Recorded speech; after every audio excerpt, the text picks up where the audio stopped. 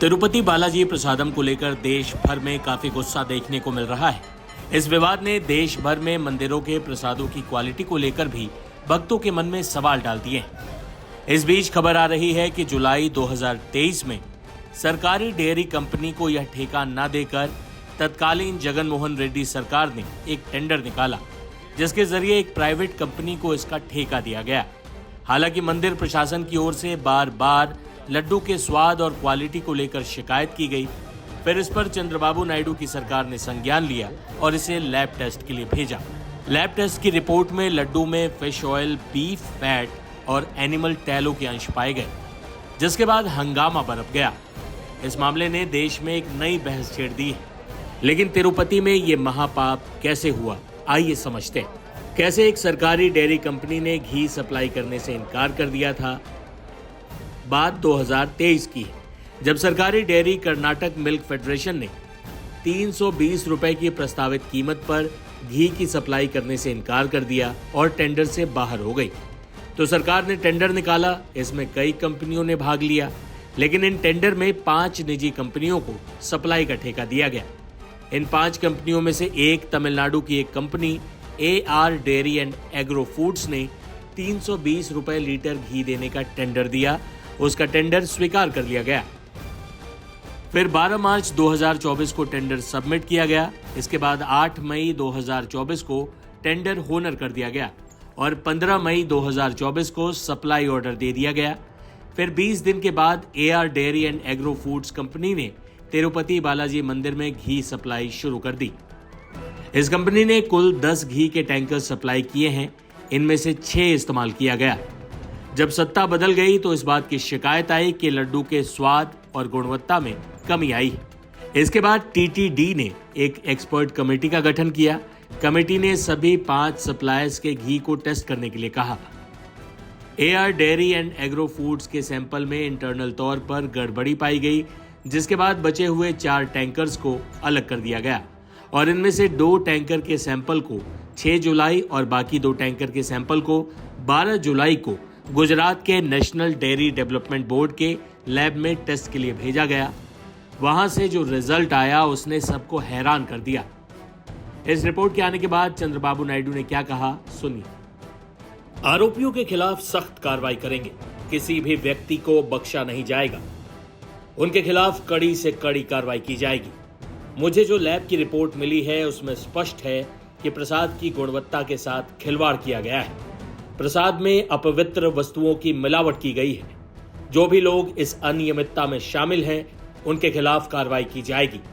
कुछ लोगों पर कार्रवाई करते हुए उन्हें काम से हटा दिया गया है।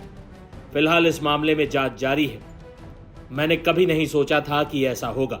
प्रसाद के साथ जो अपवित्रता की गई है, TTD की जांच में और लैब की रिपोर्ट में ये बात सामने आ चुकी है और अब उन लोगों का अहंकार दूर हो गया है जिन्हें लगता था कि कोर्ट उनका कुछ नहीं बिगाड़ सकती। करोड़ों हिंदुओं की आस्था के केंद्र तिरुपति बालाजी के प्रसाद में ऐसी चीजें मिलने की बात सामने आने पर हिंदू संत और सन्यासी बेहद गुस्से में हैं और दोषियों की फांसी की मांग कर रहे हैं।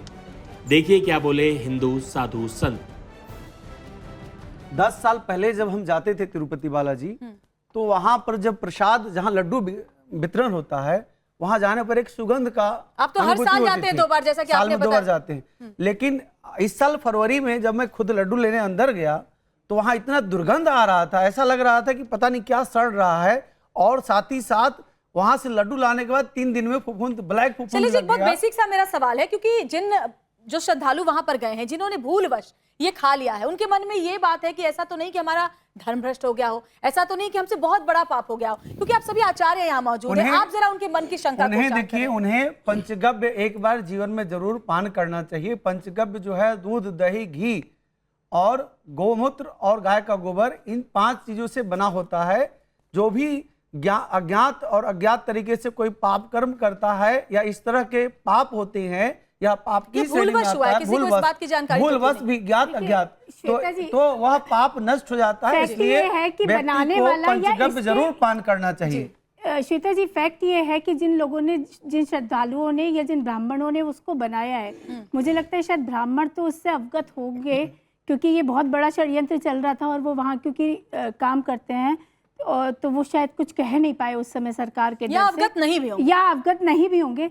भूलवश की क्षमा है, लेकिन ज्ञात में अगर कोई पाप किया गया है तो उसकी क्षमा जिसने नहीं है। उसको ग्रहण किया प्रसाद समझकर, उसके जिसने लिए- भी ग्रहण किया उसको कोई अपराध नहीं लगता है, उसको ये कोई अच्छी बात पाप है। नहीं लगता है। उमेश जी, उसका आचार्य- कारण ये है कि उसको इसका ज्ञान नहीं है कि वो तो महाप्रसादम ग्रहण कर रहा है। उसकी आस्था है कि मैं मंदिर गया, मैंने वहां से प्रसाद ग्रहण किया और प्रसाद जो है वो महाप्रसाद है मेरे लिए, क्योंकि मंदिर में भगवान के चरणों से मैं लेके आया। लेकिन जिन्होंने बनाया वो सजा के हकदार जानबूझकर है। किया, उसके लिए वो पाप है। देखिए, जो भी अपराध हुए हैं वो अक्षम्य है और हम सबके मन में यह प्रश्न आ रहा है कि भाई मेरी अशुद्धि हुई, निश्चित तौर पर शुद्धि कहीं ना कहीं खंडित हुई है, तो करने वाला अपराधी है, कोई हमारे साथ कर रहा है, हम उसके जानकार नहीं, हमारी तो श्रद्धा थी, कोई हमारी श्रद्धा को खंडित कर रहा है, ये अपराध तो हुआ है।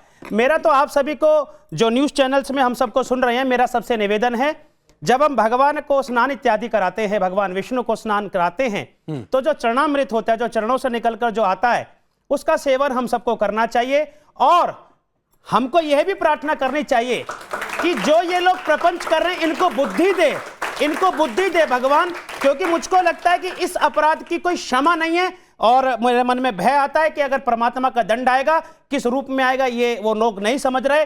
मैं ये बात जरूर आपके चैनल से कहूंगा कि जो ये पार्टी है जगनमोहन रेड्डी की, उस राज्य से वह सत्ता से बिल्कुल समाप्त हो जाए, ये शराप हम जरूर देंगे आपके चैनल हिसाब के माध्यम कैसे से। जो लोगों के मन में ये डर है, 22,000 पुरोहित काम करते हैं तिरुपति मंदिर में, जिनका काम यही है कि प्रसाद की व्यवस्था किस तरीके से चले। 600 करोड़ रुपए जो आंध्र प्रदेश की सरकार है वो पूरी तरह से लेती है ताकि वो प्रसाद बना पाए तिरुपति मंदिर का, लेकिन उसमें भी अशुद्धि, ये एक ऐसी भूल है, ये एक ऐसा पाप है जो जगनमोहन रेड्डी ने कर चुका है और उसके लिए उसको कभी भी कहीं क्षमा नहीं मिलेगा। मैं आचार्य शैलेश तिवारी पिछले 15 साल से मैं लगातार हर वर्ष 2 बार तिरुपति बालाजी का दर्शन करता हूं और यह बहुत बड़ा कुठाराघात है हमारे सनातन धर्म पर, और मैं अपने ऊपर भी कुठाराघात समझता हूं क्योंकि यह बहुत बड़ा अपराध है। इस अपराध का एक ही दंड है, मृत्युदंड।